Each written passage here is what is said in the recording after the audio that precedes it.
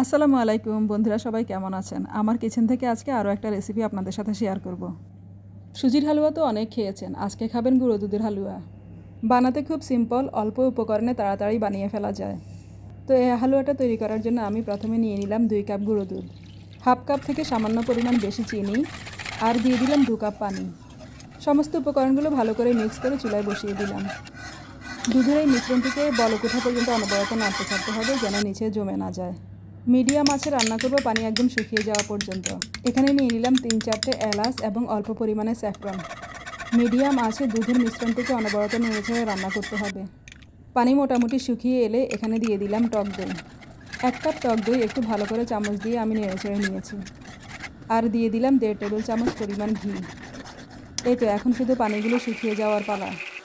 পানি শুকিয়ে গেলে হালুয়ার কালারটি এমন গোল্ডেন কালার হয়ে যাবে। এই পর্যায়ে আমার হালুয়া রেডি হয়ে গেছে। এখন আমি নামিয়ে একটা মোল্ডে ঢেলে নেব।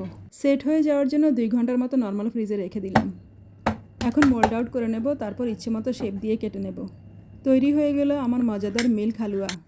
রেসিপিটি ভালো লাগলে অবশ্যই একটা লাইক কমেন্টস করে দেবেন। সবাই খুব ভালো থাকবেন, সুস্থ থাকবেন। খোদা হাফেজ।